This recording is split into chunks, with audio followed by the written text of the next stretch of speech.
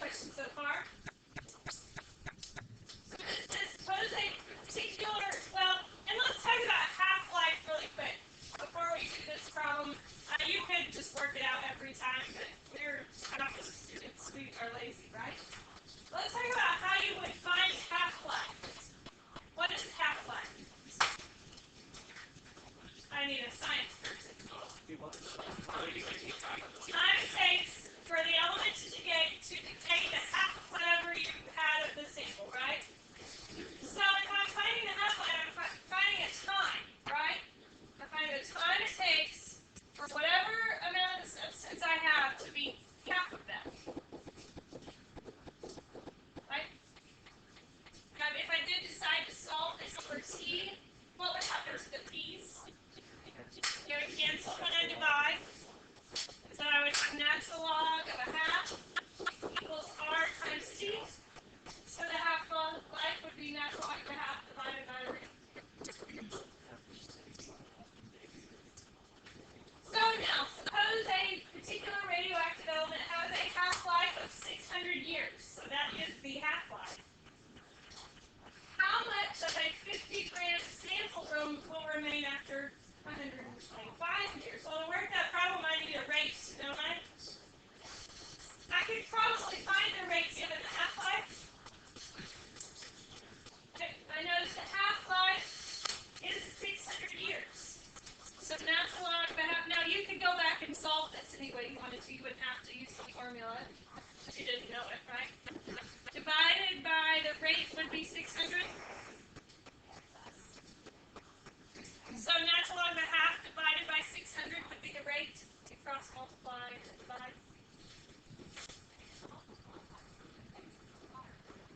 And so what is natural log of a half divided by 600? It's negative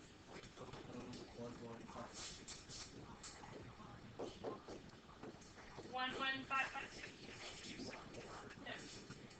We'll stop there. But do I want us to use that stored calculator value? Yes.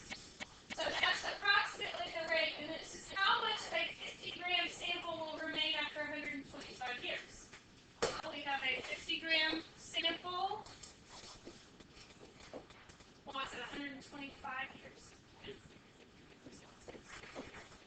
So I'm going to type that in my calculator. Notice I left R as R, but what am I going to put in there in my calculator? That value for R that my calculator has, I'm going to use that stored value. Whether you store it or just go up and grab it, I'm going to use that value. What do we get?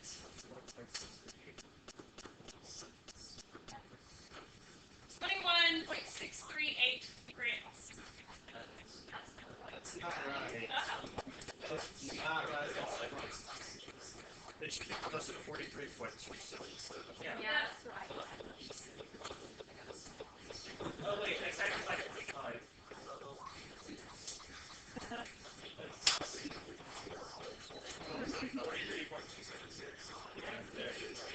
Okay. Okay, any questions about this? This is not calculus at all, right? All pre-cal stuff, alpha 2 stuff. It is stuff that you got to make a calculus exam. I don't know how to do that, so reminder. Today we're going to talk about where the half-life equation comes from. I actually showed you a proof of where E came from in Algebra 2, but we're going to actually look at it in a calculus context. Half-life is a process that can be described as exponential decay. As time passes, the change in the amount of material is what we would call directly proportional to the amount of material contained in the sample. You could find that out by figuring out how much was available, how much was left and when. But it turns out that the rate of change is proportional to the amount of material left. So we can write that using a derivative because the amount of material left, if we are looking at call A the amount of material, then dA over dt is equal to some constant times the amount of material. That's what direct proportionality means. So the rate of change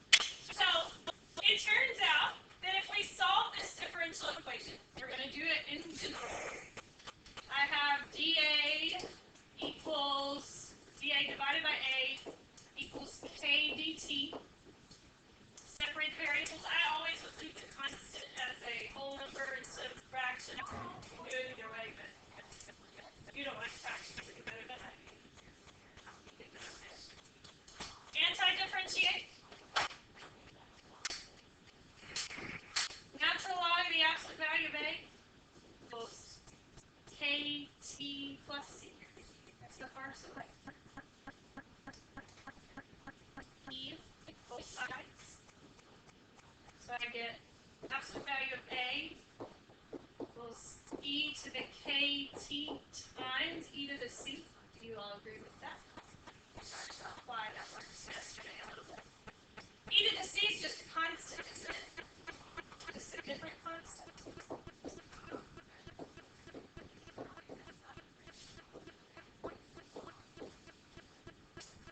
And then I don't know whether that constant's positive or negative, but it's one of the two, right?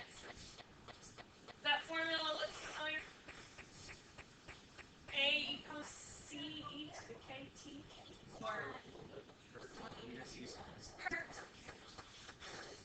so this is the calculus derivation of the exponential growth function. Any questions about that? Now, really quick question. Anytime you see a constant times y, or a constant times the y value, in this case it's a, but any y value, what is always going to be the solution to that differential equation? The first formula, right? Anytime you have a times the y value, every time you solve that differential equation, you're going to get first. I could not teach today this part, but this comes up so often on a calculus exam that really you don't even want to do that work. If this comes up on the AP calculus exam, you want to just know the solution to that is a first formula.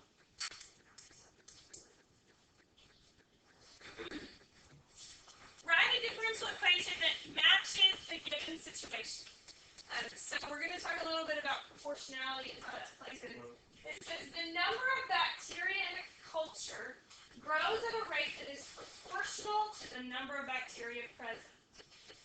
Okay, so if we start giving things variables, what would the rate look like? What kind of variable would the rate look like? Positive. Variable. Like a letter. Or letters. A rate. R. A rate of change. Delta X. Okay, but we're in calculus, not algebra 2-1. It's dx. dy over dx, right? dy over dx would be the rate of change. Now, if we're using number of bacteria and time, instead of using dy and dx, you might use dp over dt or something like that. Okay, so that is the rate of change. It is proportional to the number of bacteria present. You learned in algebra 2 or algebra 1 that when two things that are directly proportional, like y is directly proportional to x and y equals k times x.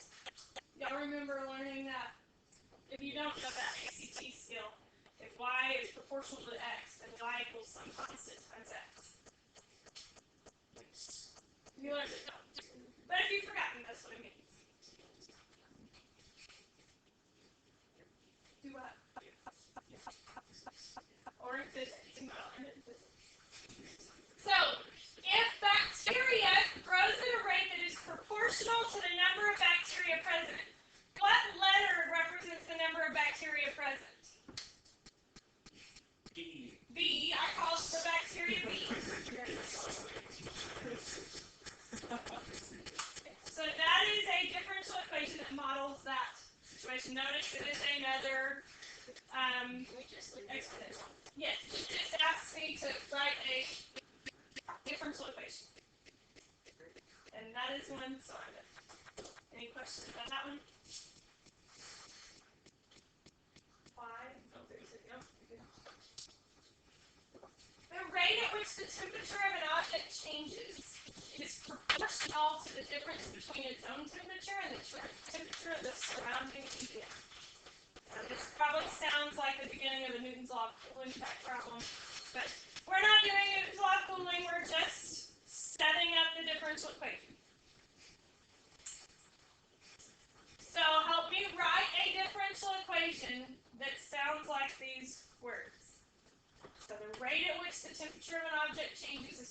proportional to the difference between its own temperature and the temperature of the surrounding medium. dCdt. Okay, dCdt. Why dCdt? Because T is very big.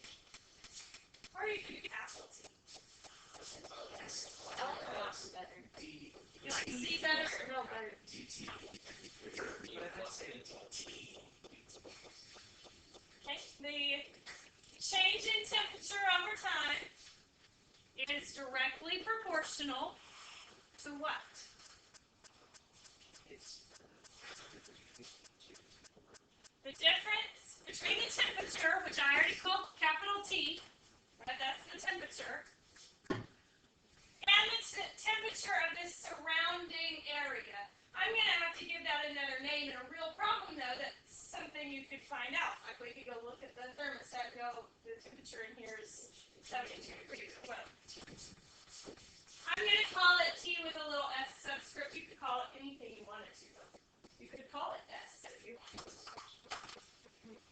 So, that is a differential equation that models that. You could always use different letters. That's it.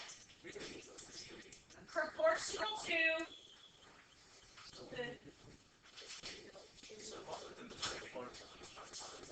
This one might be different. This one would probably end up Newton's law, which has speed in it.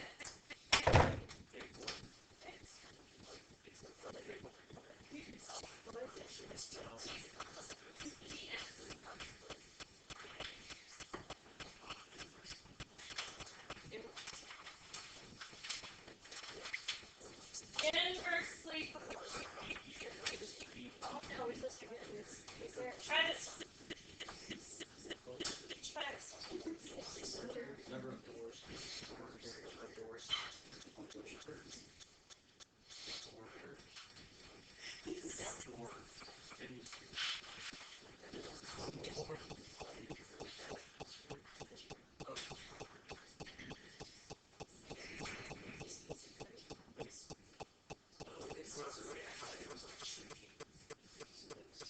Oh, what do you have?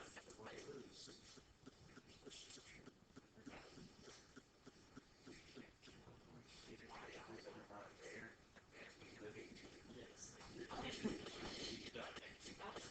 So cool thing. Going to physics. Spiritual.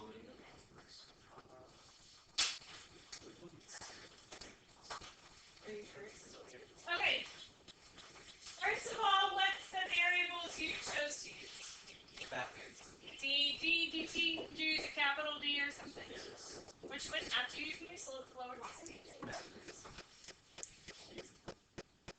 You could use P for population if you don't like D.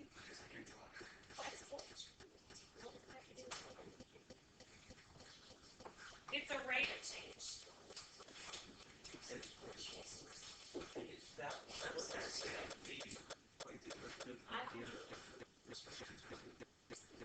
Change at the population of the earth.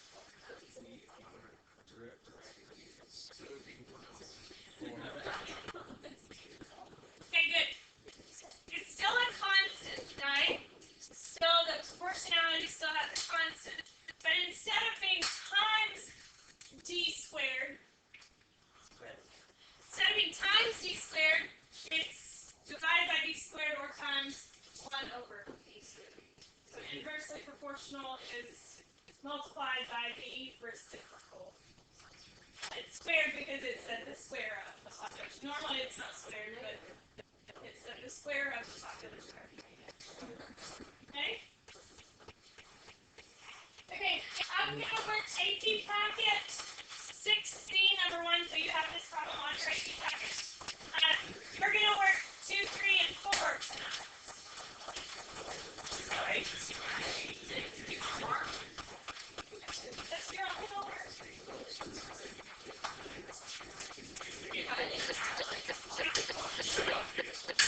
No, you don't have to do this one. So numbers 2, 3, 4. That's depending on how it is. Okay, so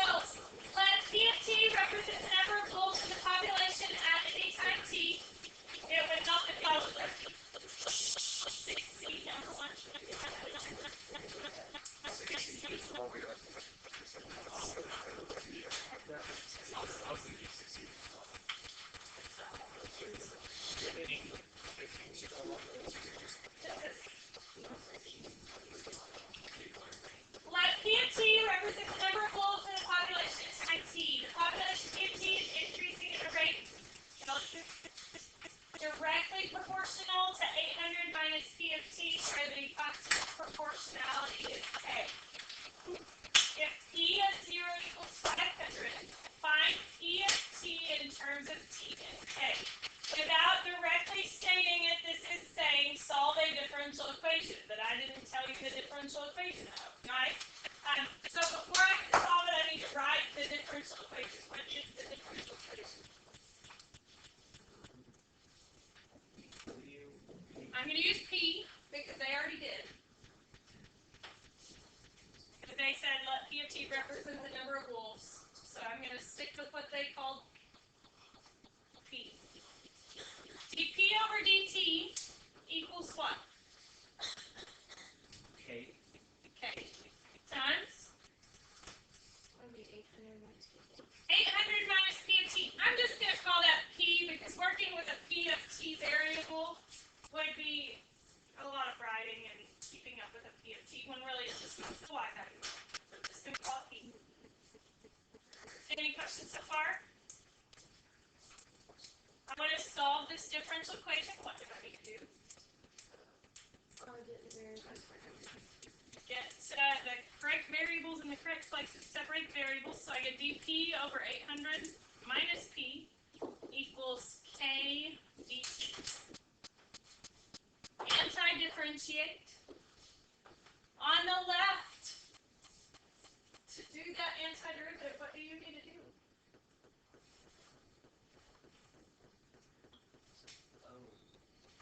Don't make up stuff.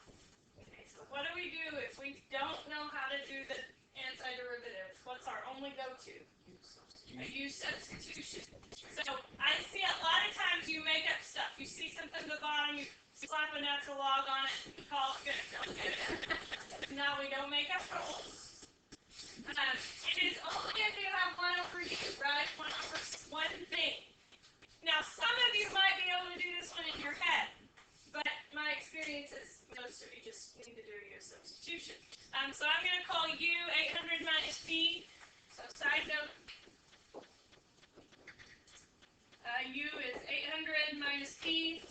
du is negative 1 dp. So negative 1 du is dp. And so I have the integral of 1 over u times negative 1 du. So it is a natural log. It is times negative 1 because it's a chain rule. Again, make sure you use this system when you're doing integrals that you don't know the answer to. I've seen so many of you do weird things like if you have y squared on the bottom, you're like, oh, natural log y squared. That's not right. It's y to the negative 2 and you work with that. Oh, sorry. So be careful, use your u substitution, don't make rules up. U is 800 minus p, so I have negative natural log of 800 minus p equals k plus c.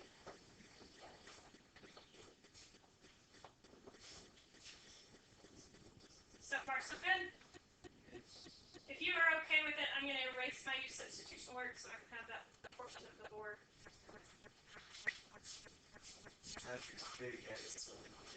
Don't ask them today, so you'll up here for this.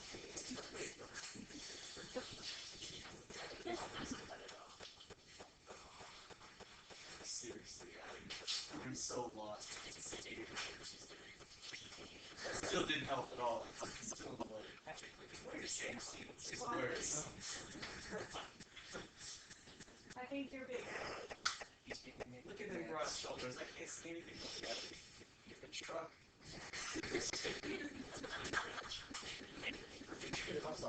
Any questions?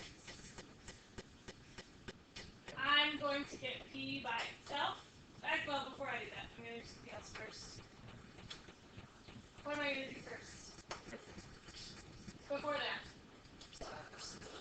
Solve for C first. I have, what is that, 0, 500? 0, 500, 0 in for, where on that? Blue shelf.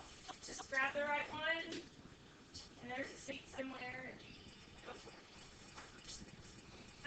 So I'm going to put 500 in for P and 0 in for T. So I get negative natural log of 300, they'll stay wherever 300 came from.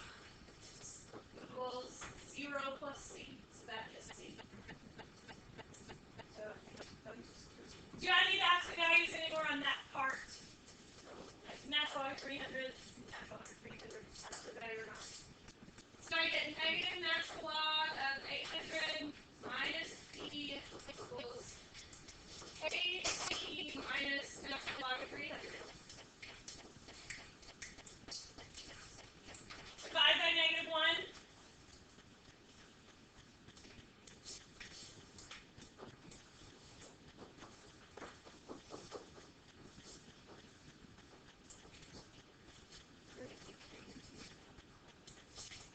here.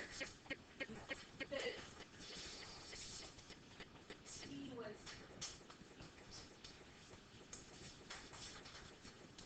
E raised to both sides.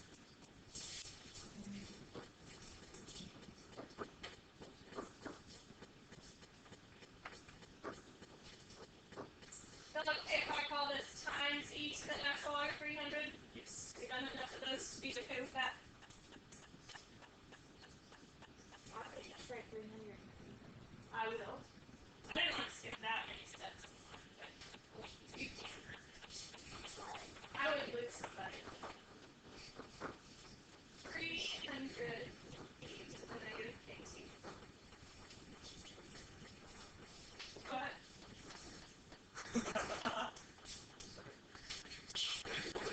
I think you was joking. Okay, any questions so far? Okay, I'm going to stop and decide whether it's plus or minus before I move on. Do you all know what I mean by that? The absolute values mean this could be a positive 300 or a negative 300. I'm going to go find out. If at 0 I get 500 for p, right? So if I plug in 0, what do I get if I plug in 0 into an exponential? I get 1, so 1 times 300, 800 minus 500, it works out with a positive, correct? So positive is good, so I'm just going to leave it 800 minus p equals 300 e to the negative 18. Remember, I did think about it though, I didn't just drop the absolute value. Subtract 800 divided by negative 1. I did that in one step. Yes.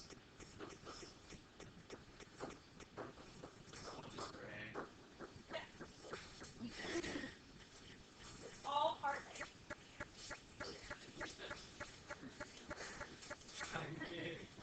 Yeah, that will be easy, won't it? I would argue that part A was the hard part. I will tell you, on an AP exam, when they make you solve a differential equation, you generally get 6 to 7 points for it, even if you don't have to set it up to begin with. You will learn to love AP problems with differential equations because you can pick up 6 or 7 out of the 9 points just by being able to solve a differential equation. They generally give you a point for separating the variables. They give you a point for integrating both sides. They give you a point for writing plus c. They give you a point for finding c. And then they give you a point for getting y by itself. Pretty good news, isn't it? I mean, okay, so to find k, how are we going to find k if we know p of 2 is 700? Plug it in. 700 is for p, 2 is for t, solve for k.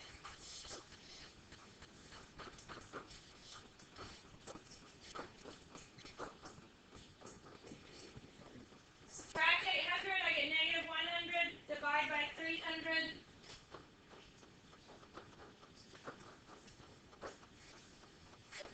Let's do negative 300. It is. That's a negative 100. So you get a third, natural log of a third, divide by -2.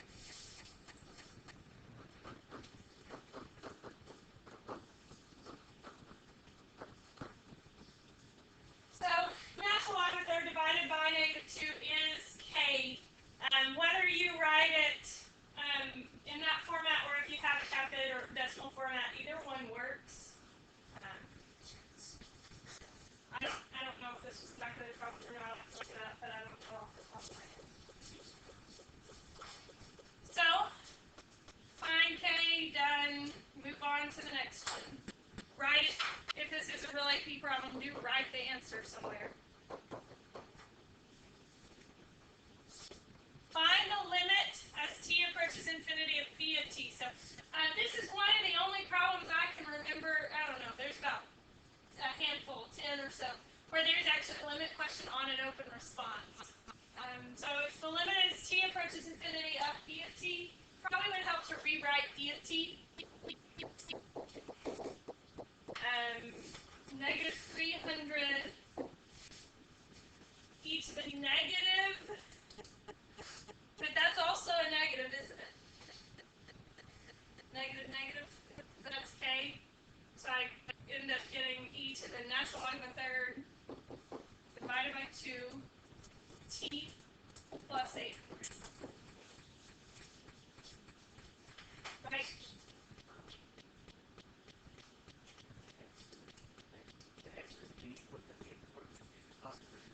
It is.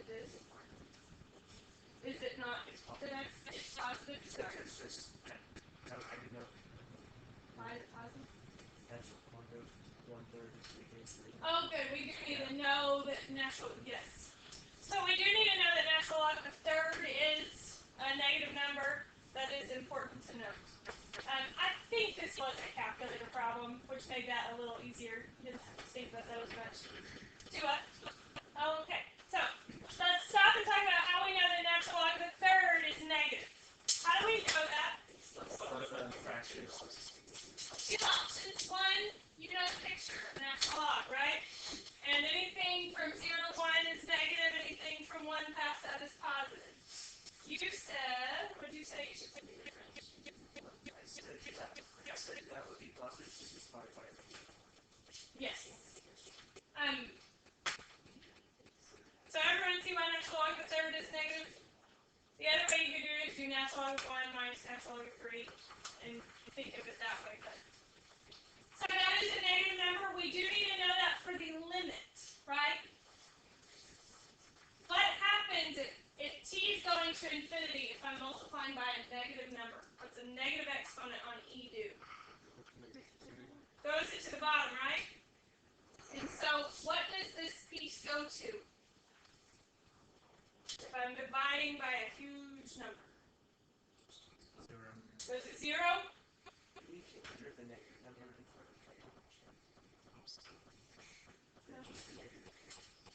No, this is a correct value. This just is negative. Oh, because you put the It's the 1/3 is that's what it's third. you have the negative one plus. Oh, that. Hey, what was your question? Or did What the heck are you doing? so far? I haven't. So I wrote that down. What's the question? What's the question? Okay, where did you get? Why would you plug in what you got for k on the previous problem? Why would you do that? Well, I want the limit is t approaches infinity of p of t. I need to know what's p of t. I need the equation, the full equation. I'm just curious because before we had it written as e to the k to the negative kt. Mm-hmm. So then why did you put it natural log of the third? And so k was 1 natural log of the third divided by negative 2. Okay. You just plugged it in. I plugged it in. So that's p of t, and the negatives cancel.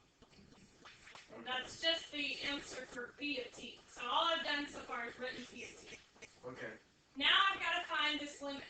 Well, Joseph said I need to know if natural log of the third divided by 2 is a positive decimal or a negative decimal. It's really all I need to know, but I need to know that. Otherwise, I can't find the limit, right? And so I find out that this, in fact, is a negative number because natural log of the third is negative. I don't know what it is, but I know it's negative. Makes sense. So now I need to do the limit as t approaches infinity, which really gives me something more like this. Don't actually write this on the AP exam, right?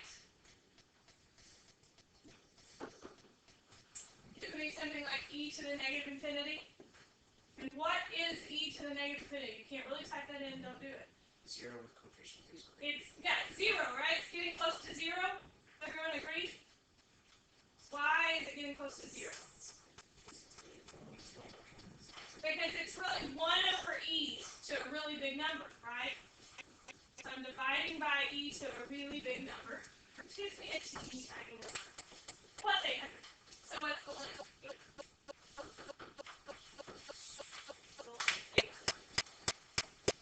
Any questions? You get it?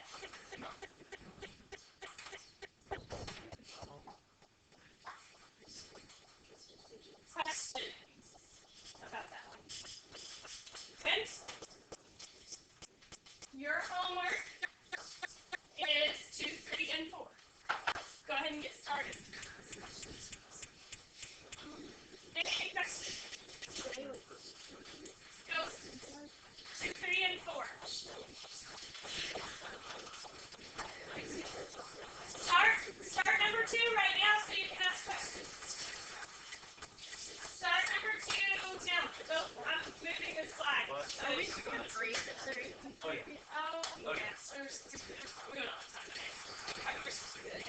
We'll do that tomorrow. We will grade that AP packet. Tomorrow. No.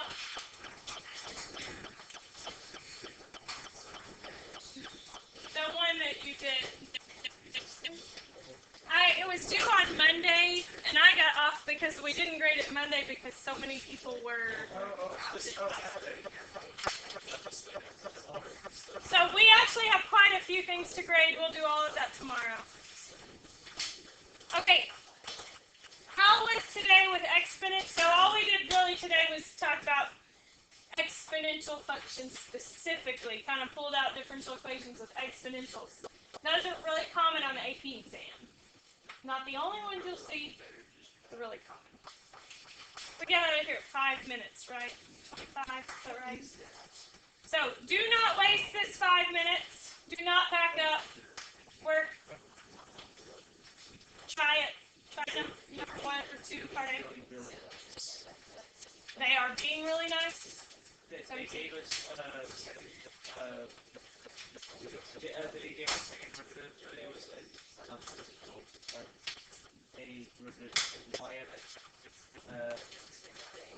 Oh, yeah.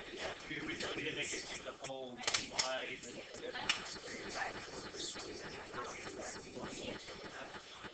Sign out. I need to write your note though. I can't go without that. I wish we had, like, we're as free as we were the first year we were here, we were sophomores. There hasn't been 5 bomb threats. It probably would be. I've never even heard of that happening. I'm sure it happens. We had 2 at the end of your sophomore year. Yeah. We've been here a month. We had like 3 months, so We did. certain types of So first we need to write it together. First we need to write a secant line. That's one. Write a secant line.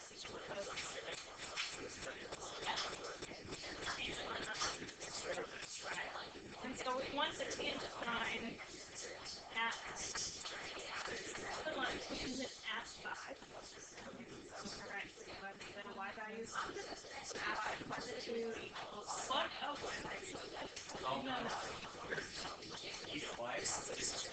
As it looks. I minus 2 equals, I guess technically 2 x minus 1. I don't know what you're asking. That's it. Part A. For A, it's asking for the tangent line. Oh yeah, that's So is it really fit? I hope so. Okay, so is d phi over dx the derivative? Like, is it saying that this is what the derivative is? Okay, and so then I want to find f of 7 using approximate. Let's see if 7 you'll get f of 7 is approximate. This explains why f of 7 is less than. Well, we have a oh, 0.8 graph. You're not oh, no, it was I knew I was concave down. We have a tan line. Won't that always be an over approximation? So it's above the cut. So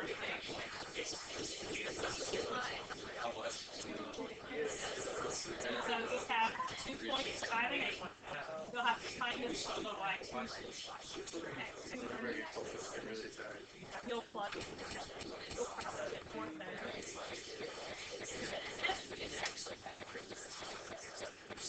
this is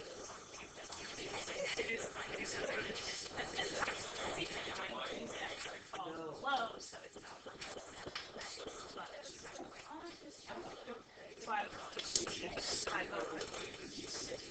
If you got the secant line, you got the point.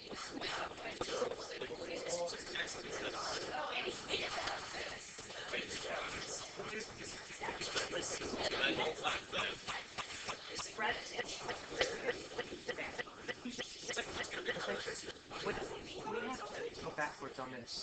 let white affect the particular solution is differential equation. So you're saying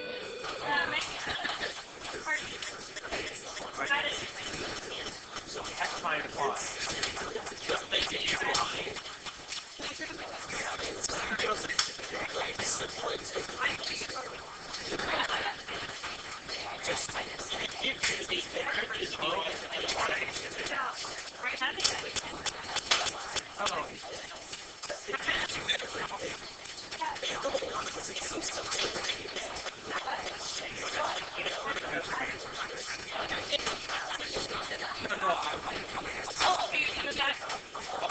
Oh,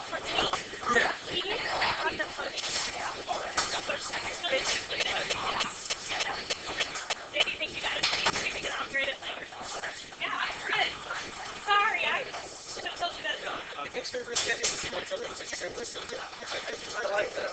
We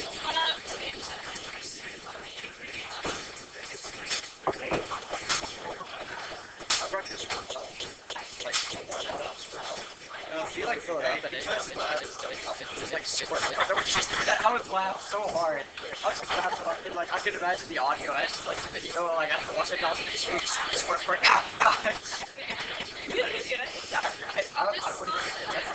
I'd be okay with it. That's funny. A birthday for you is and you have to be the sign here. Have a stupid day.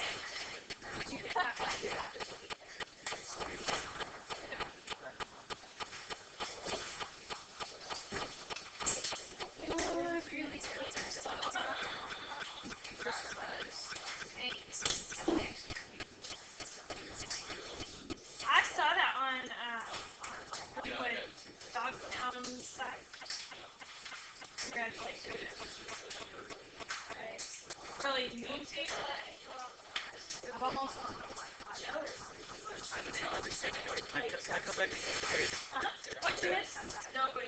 It was just stupid things. Okay, Like so you kind of know what you're doing. yeah, I do. And he helped you understand what you're doing. Awesome. Good deal. Yep, come back in. I have